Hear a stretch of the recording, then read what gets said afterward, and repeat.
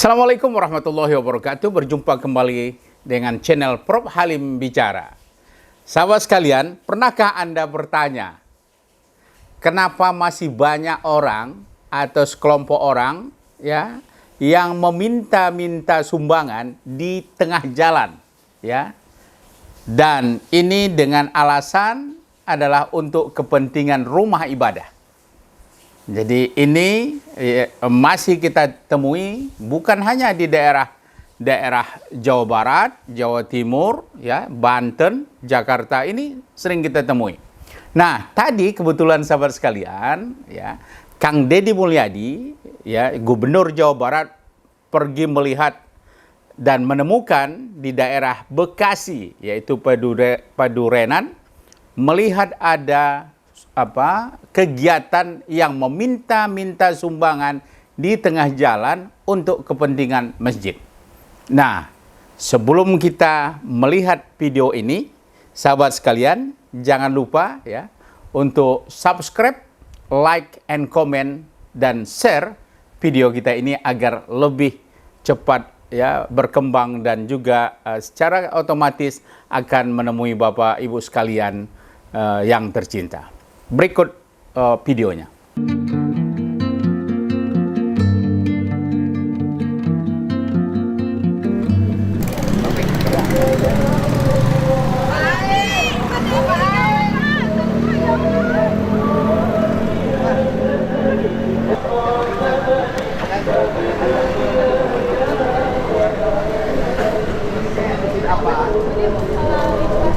Musola Al-Ikhlas. Musola Al-Ikhlas. RW apa kelurahan?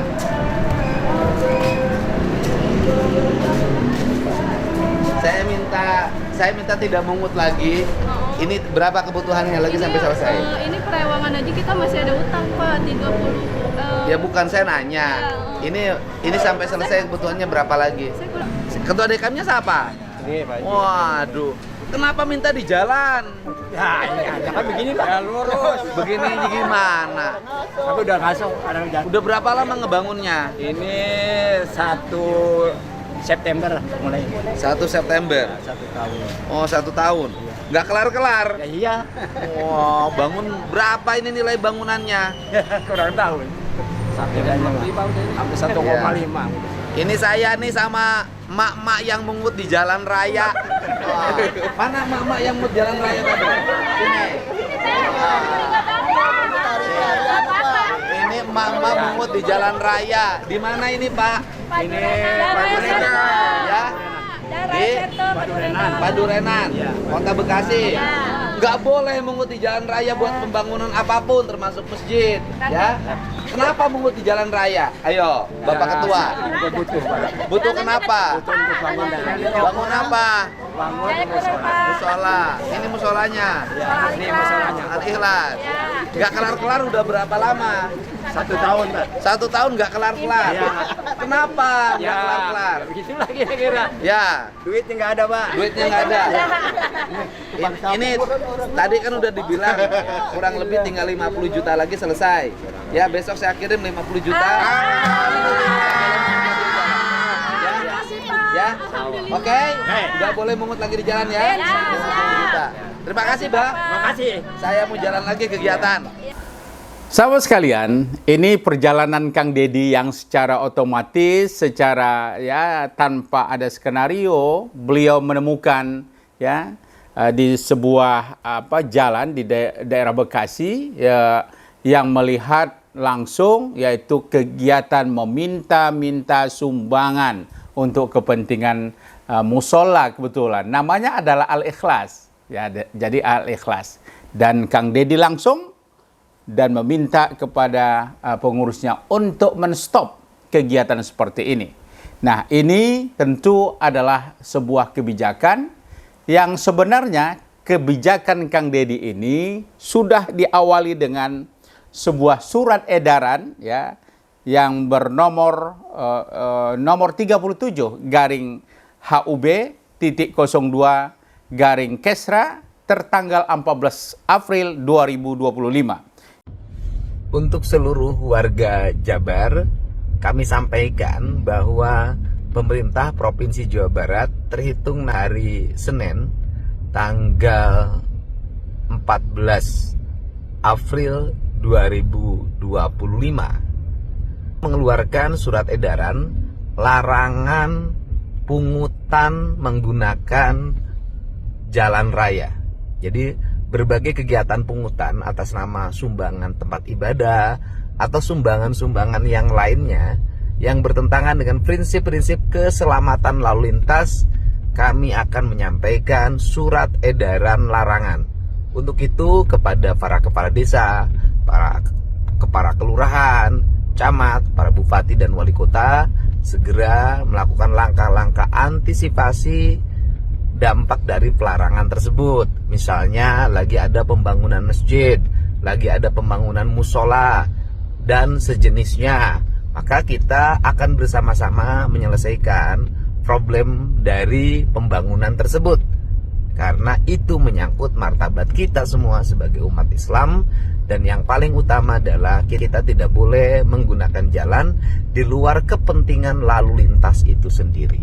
Sahabat sekalian, ini sejak jauh hari, yaitu April, ya, sudah dilakukan oleh Kang Deddy. Tetapi hari tadi dan bahkan sampai hari ini, ya, praktik-praktik pungutan sumbangan untuk kepentingan masjid ini dan masih berlangsung. Inilah yang membuat sebenarnya Kang Deddy merasakan ini seolah-olah surat edaran ini tidak ditindaklanjuti oleh desa, lurah, camat, dan wali kota. Nah, ini barangkali yang perlu kita berikan masukan ke Kang Deddy bahwa ini perlu ada koordinasi, ya.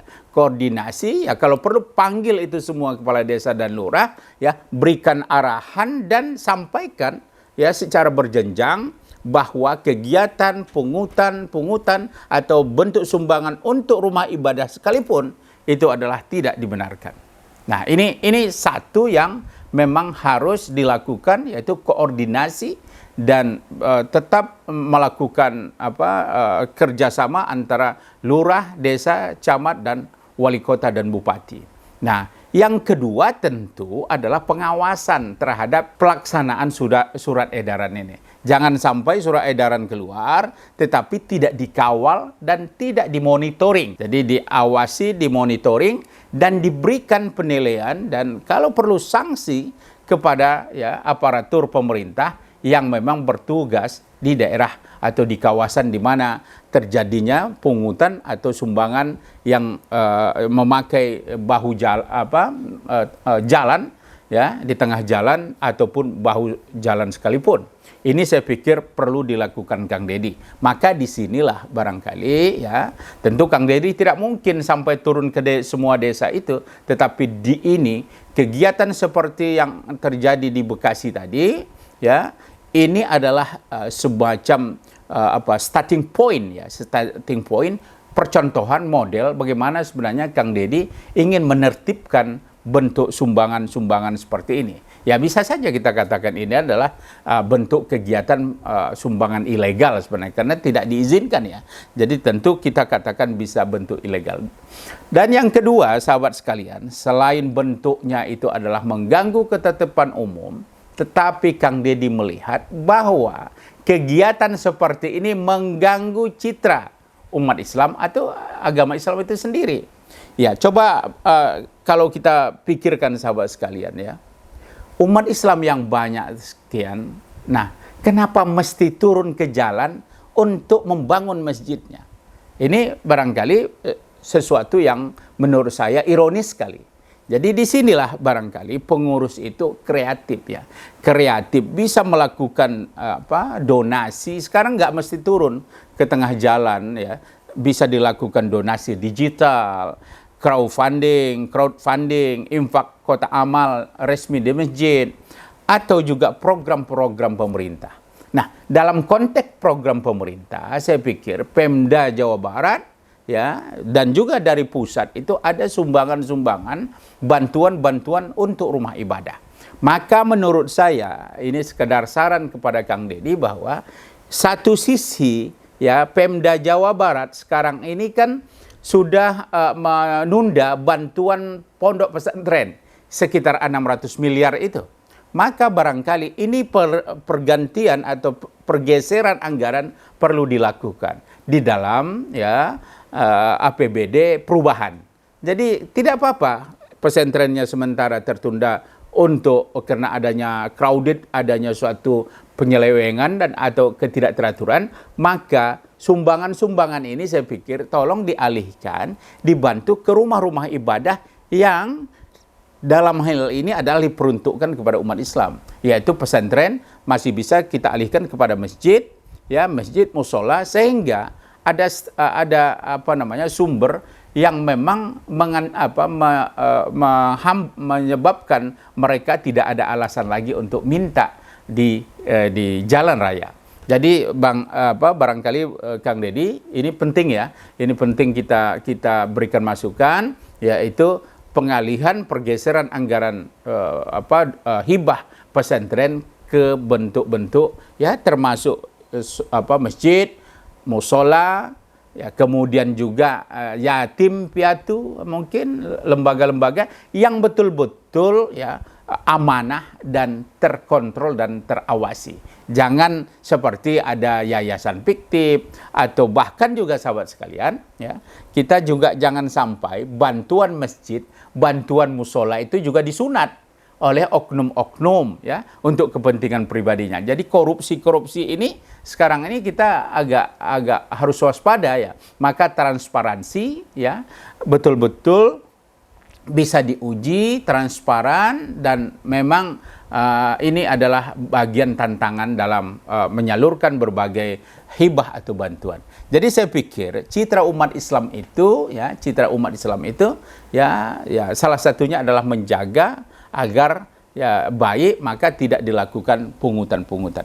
Nah, ini jangan sampai sahabat sekalian, orang yang nyinyir terhadap Kang Deddy, dia jadikan ini menjadi sebuah ya penilaian bahwa pelarangan mengumpulkan sumbangan untuk masjid di jalan raya ini mereka pelintir menjadi bahwa Kang Deddy Mulyadi atau Gubernur Jawa Barat anti-Islam. Nah, ini bahaya ini. Hati-hati, jangan sampai ada yang memelintir. Nah, sahabat sekalian, kita harus yakinkan bahwa ini adalah dalam bentuk penertiban, ya, penertiban agar segala sesuatu itu berjalan dengan baik, bukan bentuk kebencian, apalagi anti-Islam. Jadi saya pikir kalau kita lihat dari cara berpikir Kang Deddy, ya, Kang Deddy mengatakan bahwa nama baik Islam, agama Islam harus kita jaga. Nah, ini jelas ini sudah bahwa beliau betul-betul menghayati